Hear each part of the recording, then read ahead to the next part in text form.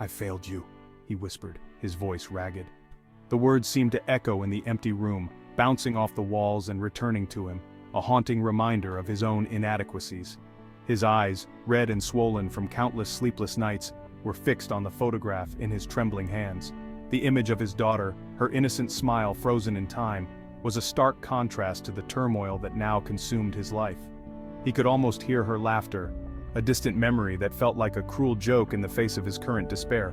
His world lay in ruins around him. The once vibrant home, filled with love and laughter, was now a graveyard of broken dreams and shattered hopes. Each piece of debris told a story of a life that once was, a life that he had let slip through his fingers. The walls, now covered in grime and dust, seemed to close in on him, suffocating him with the weight of his failures. He could still remember the day it all fell apart. The day he lost everything that mattered.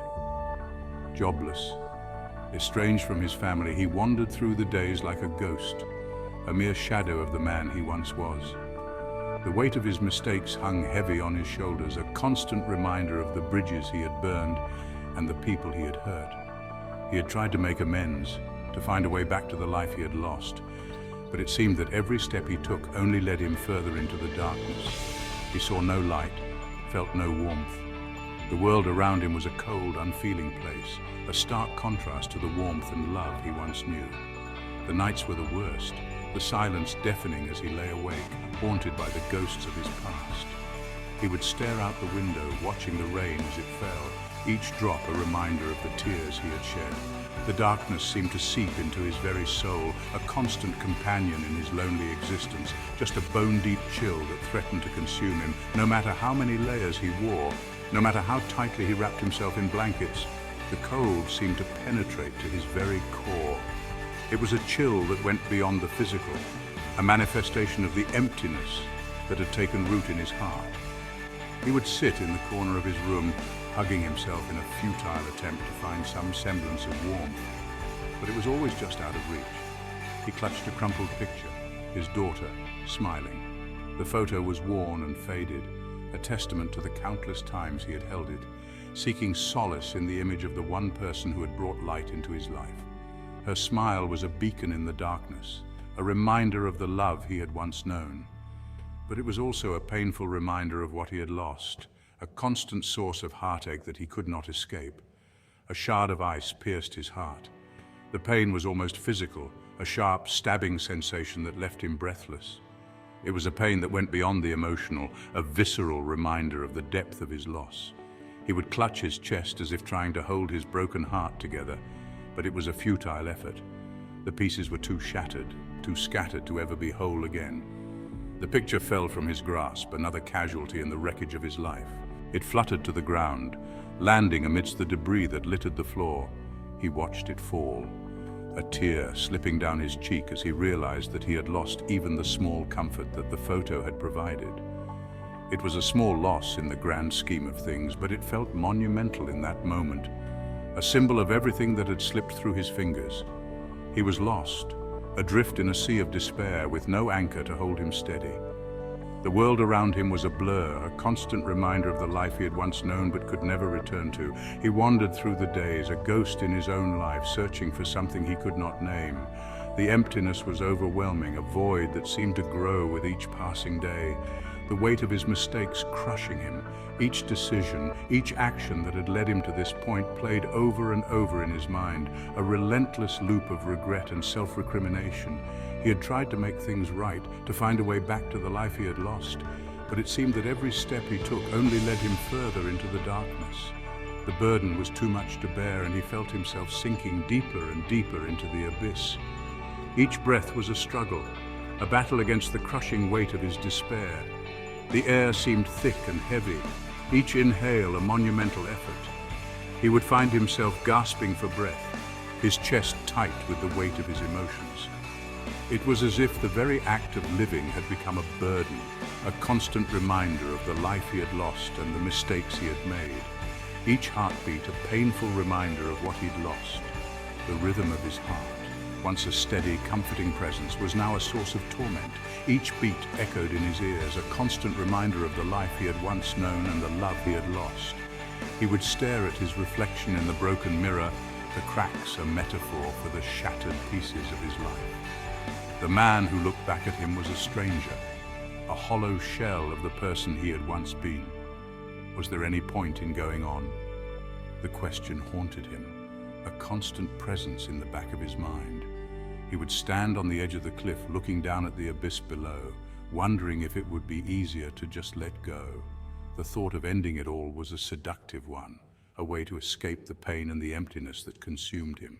But even in his darkest moments, there was a small, flickering hope that kept him from taking that final step, a hope that maybe, just maybe, he could find a way back to the light.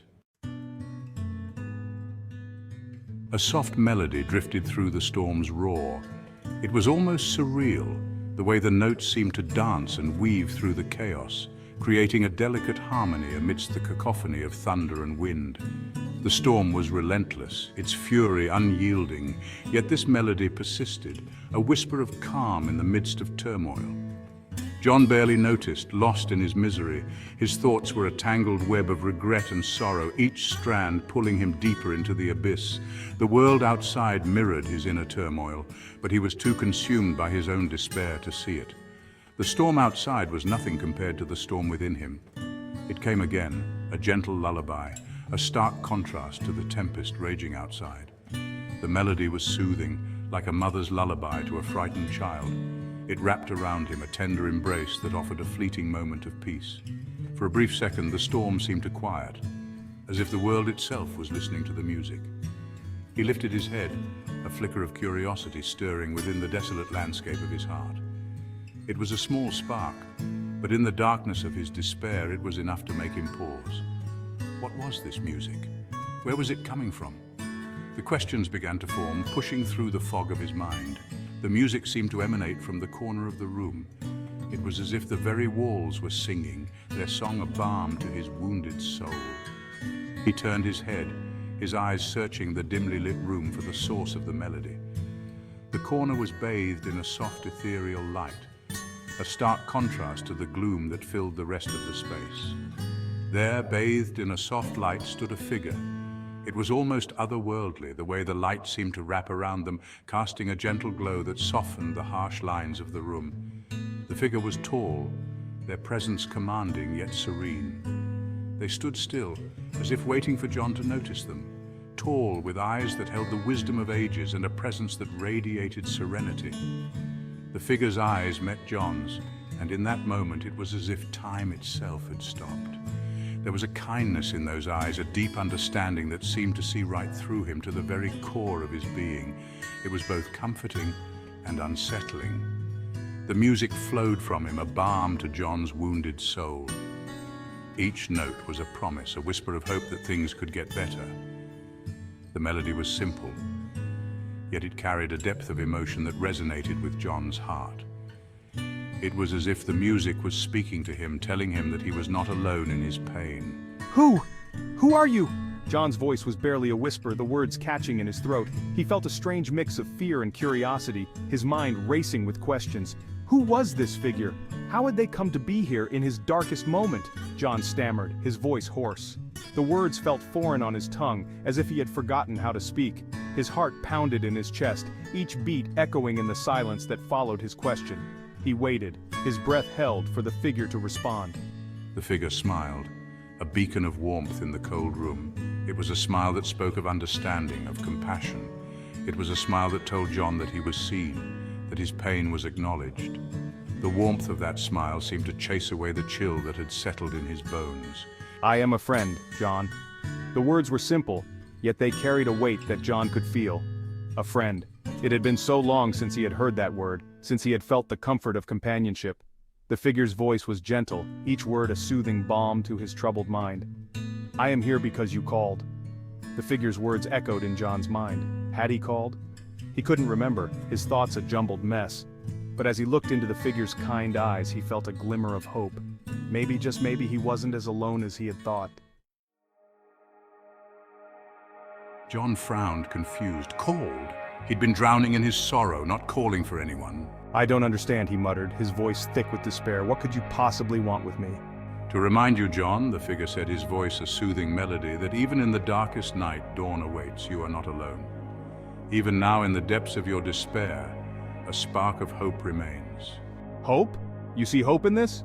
He gestured to the desolate room, a physical manifestation of his shattered life. There's nothing left for me.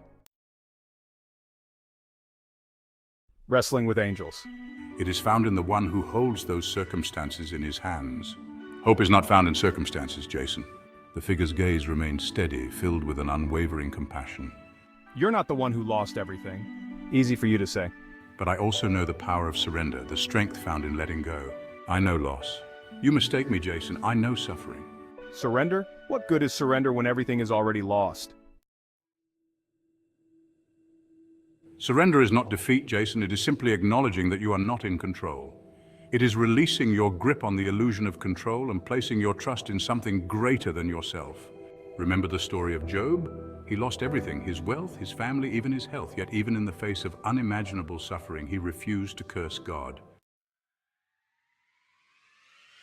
Job's story is a testament to the enduring power of faith. It is a narrative that has been passed down through generations, offering solace and strength to those who find themselves in the throes of despair. Job, a man of great faith and integrity, faced unimaginable trials and tribulations. He lost his wealth, his health, and his family, yet he never wavered in his belief.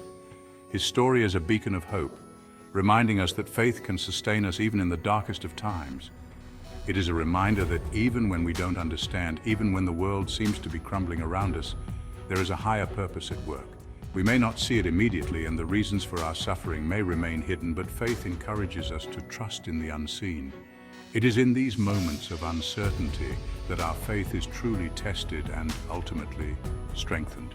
Even when we feel abandoned, when the silence is deafening and the loneliness overwhelming, we are not truly alone. The presence of the divine is with us, guiding us through the storm.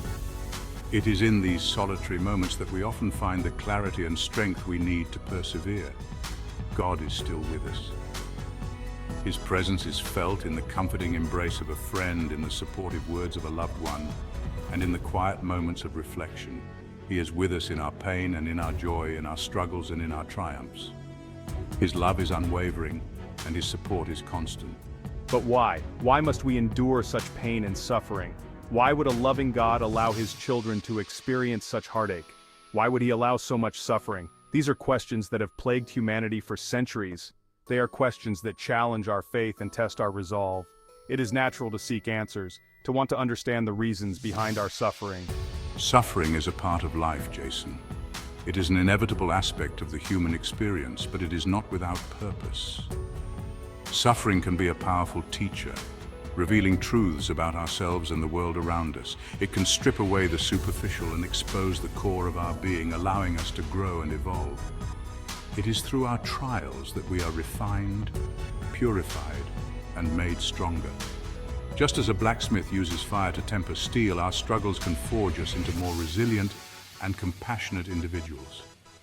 Each obstacle we overcome adds to our strength and wisdom, preparing us for the challenges that lie ahead.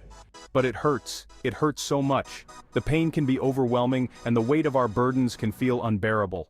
It is in these moments of intense suffering that we may feel most alone and most vulnerable. I know it does. Pain is a universal experience, and it is something that we all must face at some point in our lives. But it is important to remember that pain is not the end of the story. It is a part of our journey, but it does not define us. But pain is not the end of the story, Jason. It is merely a chapter in the larger narrative of our lives. Each chapter, no matter how difficult, contributes to the richness and depth of our story. It is through our struggles that we find our strength, and through our pain that we discover our resilience. It is merely a chapter. The story continues. And it is up to you to decide how you will write the next chapter. You have the power to shape your future, to turn your pain into purpose, and to transform your suffering into strength. The story continues, and it's up to you to decide how you will write the next chapter. Each day is a new opportunity to create a life filled with meaning and purpose. Embrace your journey and trust that even in the midst of despair, there is hope and light to be found.